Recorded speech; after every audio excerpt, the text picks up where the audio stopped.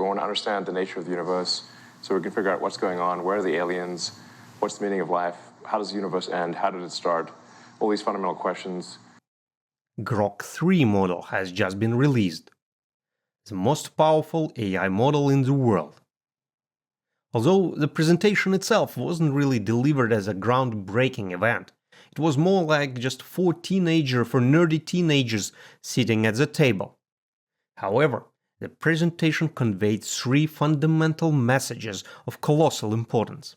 And that's what we will discuss today in this video. The three most important takeaways from the Grok presentation.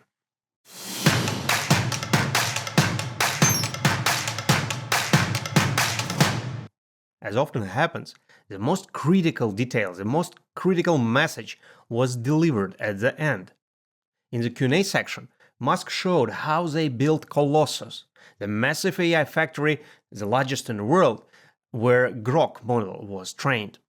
And here's what he said. So in April of last year, Elon decided that really the only way for XAI to succeed, for XAI to build the best AI out there, is to build our own data center. So we didn't have a lot of time, right, because we wanted to give you Grok 3 as quickly as possible. So really, we realized we have to build the data center in about 4 months. It turned out it took us 122 days to get the first 100K GPUs up and running, and that was a monumental effort to be able to do that. We believe it's the biggest fully connected H100 cluster of its kind. We didn't just stop there. We actually decided that we need to double the size of the cluster pretty much immediately if we want to build the kind of AI that we want to build. So we then had another phase, which we haven't talked about publicly yet. So this is the first time that we're talking about this, where we doubled the capacity of the data center yet again. And that one only took us 92 days. What would it take to have 100,000 GPUs operating coherently in a single location? And we got time frames from 18 to 24 months. So we're like, well, 18 to 24 months, that means losing as a certainty. So the only option was to do it ourselves. Let me put Elon on pause here and very briefly explain what he's trying to tell us. So when he realized that they need to build this world's largest AI factory to train Grok model, he approached hyperscalers, the companies that build AI factories, and he asked them, hey, how long is it going to take to build one? And they told him about 2 years. And that's where he used Charley Munger's approach. You know that I'm a big fan of Charley Munger. And Charley Munger has this approach called a little hen. And what that means is that whenever there is a problem, well, it's quite counterintuitive. It's not directly linked to the name of this little hen, but whatever. I think it was like some cartoon long time ago. But basically what it says is that if there is a problem that has not been solved by other people yet, then you just solve it yourself. As simple as that.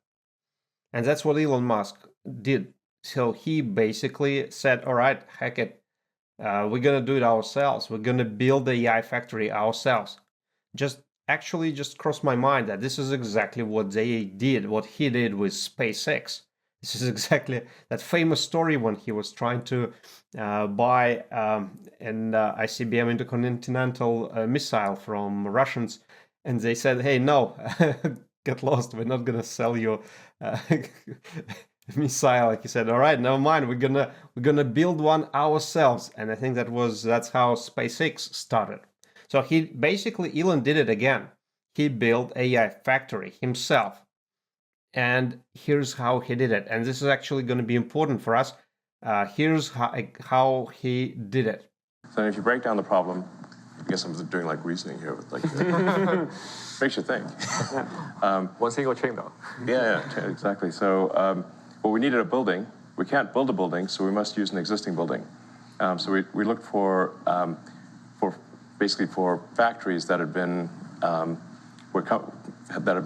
abandoned, but the factory was in good shape, like the company had gone bankrupt or something. So we found an Electrolux factory in Memphis. That's why it's in Memphis. So that gave us shelter for the computers. Then we needed power. We needed at least 120 megawatts at first, but the building only had 15 megawatts. And ultimately, for 200,000 GPUs, we needed a quarter gigawatt.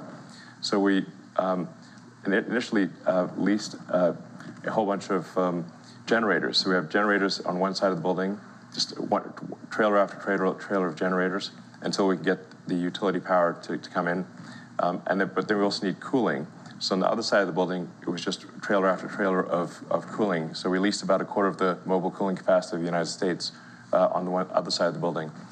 Then we needed to get the GPUs all installed, and they're all liquid cooled. So in order to achieve the density necessary, this is a liquid cooled system. So we had to get all the plumbing for the liquid cooling. Nobody had ever done a liquid cooling data center at scale. So this was an incredibly dedicated effort by a very talented team to achieve that outcome. But even at that point, you still have to make the computers all communicate effectively.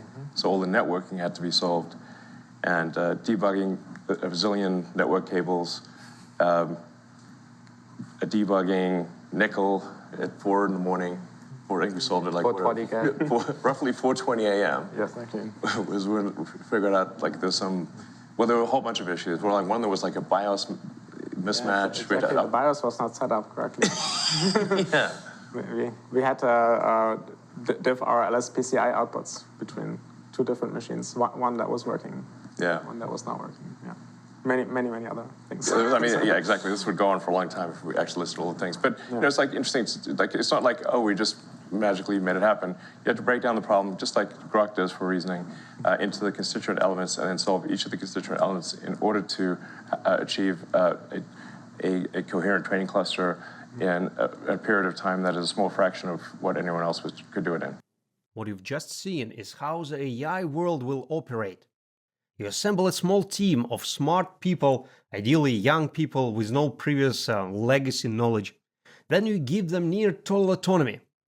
And you set an almost impossible goal, like building the world's largest AI factory 5 times faster than anyone else. And then you provide them with unlimited capital. Well, the last part is optional, actually. That's how you succeed in the AI era. That's how you stay on the cutting edge. To me, this approach is reminiscent of wolf packs, small teams fighting for survival against all the odds. This wolf pack concept goes against everything big tech is used to, which is why it's not Google, Meta, Apple, not even Amazon that has the most powerful AI model. These companies are probably still stuck somewhere between selection of a construction site and securing building permits. This wolf pack approach, or the wolf pack mindset if you wish, is what we need if we want to survive and to succeed in the coming AI era.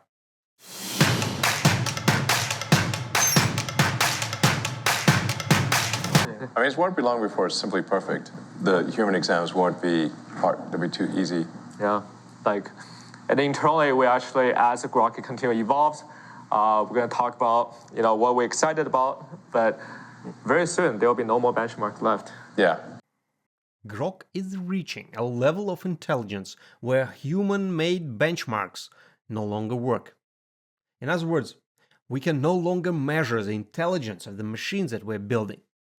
Imagine a group of 5th graders deciding who receives the Nobel Prize in Physics. And that's essentially where we're heading, well, and quite fast. Again, AI is about to move beyond the point where humans can accurately gauge its intellect. Pause for a moment and think what that implies.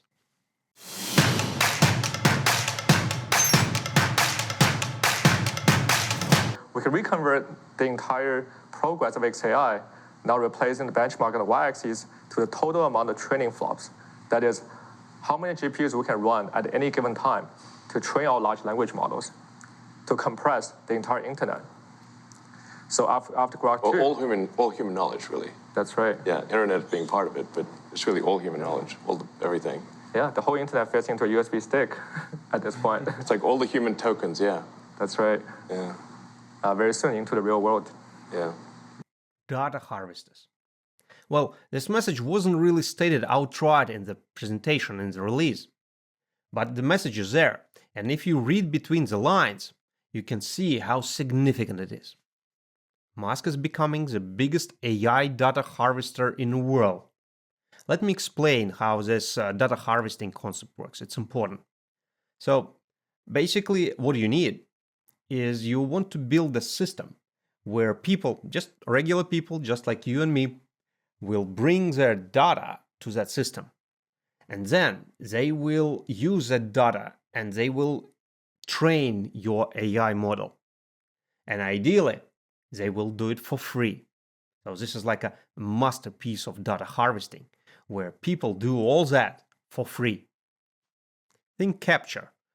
Billions of people worldwide were training Capture, which is owned by Google, and billions of users unknowingly helped train Google's deep learning models to recognize objects, and all for free, everything for free. That's one of the reasons why Google became so dominant.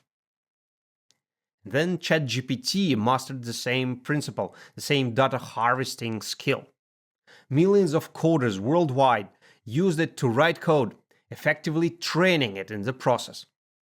That's one reason OpenAI and not Google who mastered transformer technology, even though Google actually invented it. Again, the logic behind this is very simple. Get humans to train your models for free. Less savvy companies, they tried paying humans to train their models, which proved to be an extremely costly and inefficient process, an efficient way. And that's why all of them, they have essentially gone extinct. Smarter players went the data harvesting way, which is why we know Google and OpenAI, and we completely forgot about all their competitors. And now Tesla. Musk plans to flood our streets and homes with millions of Optimus robots in just a few years. And each one of them will send petabytes, well, not even petabytes, what is after petabytes? Like exabytes, I think, so exabytes of valuable data. And all that will be used to train Grok model for free. Data harvesting. Don't get me wrong, humans will no longer be needed to train the model, to train Grok. The model now trains itself, and that concept was clearly shown by a recent Chinese DeepSeek model, which uses human-free reinforcement learning, which is a new technology. Well, technically it's an old technology, but it was kind of reinvented. Reinforced learning. Effectively, what this means is that starting from now, AI trains itself. But humans will have a new role here. They will be needed to host robots. Helping humans will be the official reason, well, an excuse if you wish, for why so many data harvesters will appear around us. So the bottom line is that Musk is about to become the largest data harvester, which will make Grok model even more powerful and more intelligent than any other AI. Well, possibly except for Chinese AI like DeepSeek. China will have even more robots and electric vehicles than Musk, so they will harvest even more free data. And as a side note, OpenAI won't have access to such extensive free data harvesting, not to the degree of scale that Musk and China will. Which is why in the Musk, China, and OpenAI triangle, Musk and China will likely to take the lead, battling for the driver's seat, while OpenAI will probably get pushed to the back. So here are the three main messages that we have received from that release. First, we have learned that this wolf pack's approach is what is necessary to remain relevant and successful in the AI world. So that's one. Second, we learned that the benchmark are basically no longer useful to assess the level, the intellect of AI models. AI is already, well, at least approaching to the level where it is above humans and humans can no longer gauge or assess AI. And the third message is that data harvesting, the free data harvesting, is getting to the whole new level, the whole new orbit. And whoever masters this skill will rule the AI world. Well, and the world too.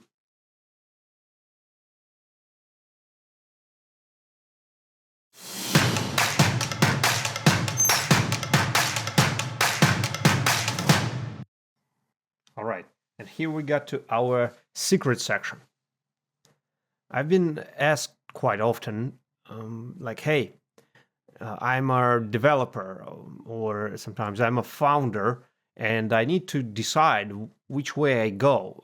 We have this DeepSeek, we have OpenAI, we have like entire ecosystem, we have a Grok ecosystem and the Meta ecosystem, and I need to decide which way I go and which model I use, which ecosystem I develop, I become a part of, and which model I use as a foundation for whatever product I develop or whatever skill set I build. And here's my understanding, well, my current understanding of how the things are. In the next couple decades, well, in the next industrial revolution, this AI is a next industrial revolution. And there are going to be three main areas where that will be transformed by AI beyond imagination. And these will be three areas where the most value will be created, the most power will be created.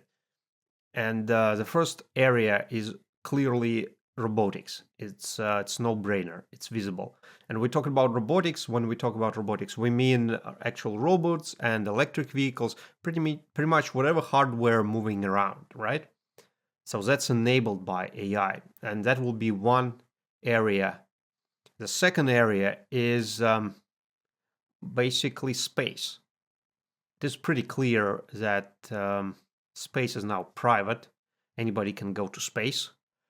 And the level of it's basically just my intuition tells me that the value that will be created there will be enormous as well. This is an entirely new frontier. And then number three, the third area, is biotechnology.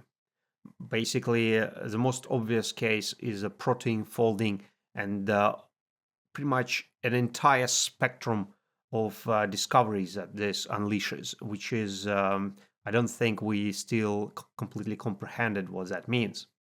So basically it means new materials, new drugs, the whole new universe of that will be open to us. So it's huge, enormous. So in these three areas, robotics, space, and biotechnologies, in two of them, Musk has already the leadership in robotics with Tesla and Optimus, and then in space too. So once the Greg becomes, like, not once, but basically as Greg becomes more and more powerful and progress in those areas in space and robotics also speeds up, Musk will be able to integrate this all together. So this will be naturally vertically integrated structures, and nothing can compete with that. So this is Musk, and OpenAI doesn't have it. OpenAI is basically an isolated thing. It's on its own, and it won't be able to benefit from this vertical integration. So answering your question, we have this vertically integrated Musk ecosystem, the Grok ecosystem, and we have an OpenAI ecosystem. And if you ask my opinion, Musk definitely has advantages. Grok has advantages. That being said, if you're a developer, founder looking for the foundation, another option for you could be China. And when I say China, it doesn't necessarily mean DeepSeek, because DeepSeek is just one of the models there. And there are many other models that are being developed, and there is lots of resources there that are being pushed into this industry, just because China works very differently. The entire AI has very different principles and concepts. But they are very willing to build this national ecosystem of AI. And there are many benefits as well. And so one thing is certain, that China will be developing their ecosystem quite aggressively as well. And this will be most likely two main competing ecosystems One is Musk ecosystem. I don't even know how to call the Musk ecosystem, this whole thing, because there are so many pieces of it, right? So I use this aggregative term for it, Musk. And another will be China. So these are two choices. Well, just pick one.